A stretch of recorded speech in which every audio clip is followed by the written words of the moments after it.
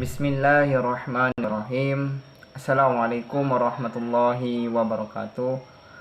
Hamdan wa syukranillah, amma ba'du. Puja dan puji syukur kita atas kehadiran Allah Subhanahu wa taala. Salawat teriringkan salam kita junjung agungkan kepada nabi besar kita, yakni Nabi Muhammad sallallahu alaihi wasallam. Kami dari kelompok 1, saya Ridho Maulidi Ahmad, dan kami akan menyampaikan materi tentang konsep keberlanjutan dari mata kuliah Ekonomi Sumber Daya Alam dan Lingkungan. Kepada materi pertama, disilahkan. Baik, materi yang pertama yaitu definisi keberlanjutan. Keberlanjutan ini tidak secara eksplisit memusatkan pada perhatian masyarakat pada apa yang mereka sedang lakukan atau harus coba capai untuk tujuan akhirnya. Akan tetapi, apapun itu tujuan akhirnya, keberlanjutan didefinisikan sebagai batasan pada tujuan itu atau proses pencapaiannya.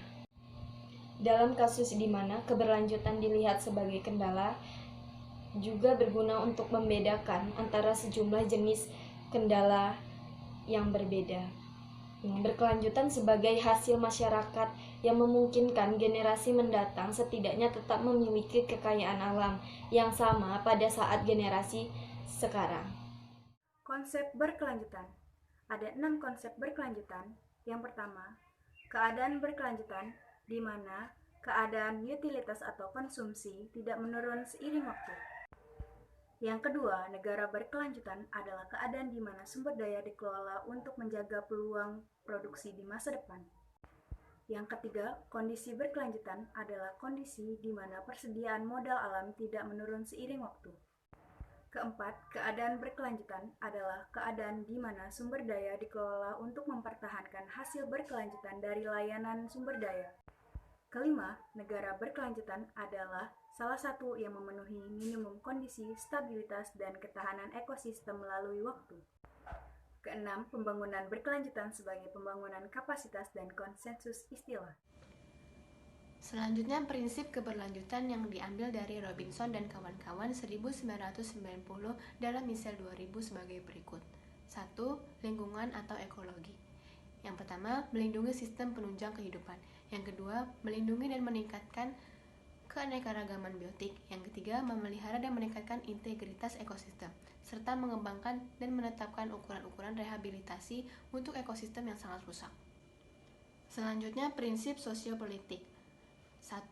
Dari hambatan lingkungan ekologi. Yang pertama, mempertahankan skala fisik dari kegiatan manusia di bawah daya dukung biosfer.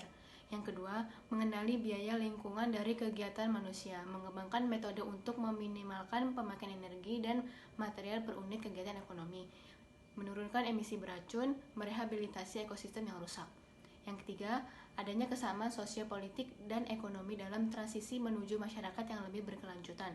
Yang keempat, menjadikan perhatian lingkungan lebih langsung dan menerus pada proses pembuatan keputusan secara politis. Yang kelima, peran serta masyarakat dalam pembangunan, interpretasi, dan penerapan konsep pembangunan berkelanjutan.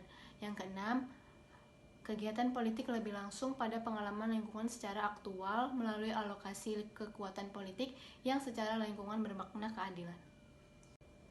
2. Dari kriteria sosiopolitik. Yang pertama, menerapkan proses politik yang terbuka dan mudah dicapai yang meletakkan kekuatan pembuatan keputusan secara efektif oleh pemerintah pada tingkat yang paling dekat dengan situasi dan kehidupan masyarakat yang terkena akibat dari keputusan tersebut. Yang kedua, masyarakat bebas dari tekanan ekonomi.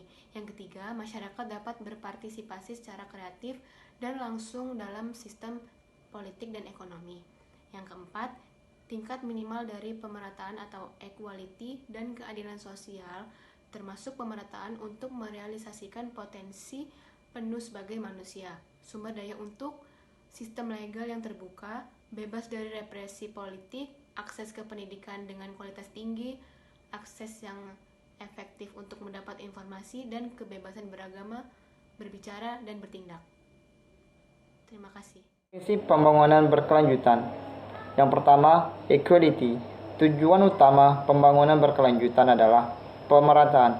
Pemerataan bisa menekankan kesenjangan ekonomi dan sosial serta memberikan kesempatan yang sama dalam masyarakat.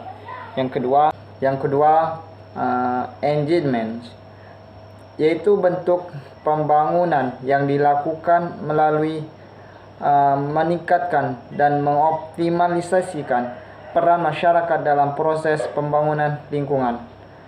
Dalam hal ini, pemerintah menjadi fasilitator, memberdayakan masyarakat dan mampu menampung aspirasi dan masukan dari masyarakat. Sekian penyampaian dari kami. Jika ada salah kata, kami mohon maaf, dan kepada Allah kami mohon ampun.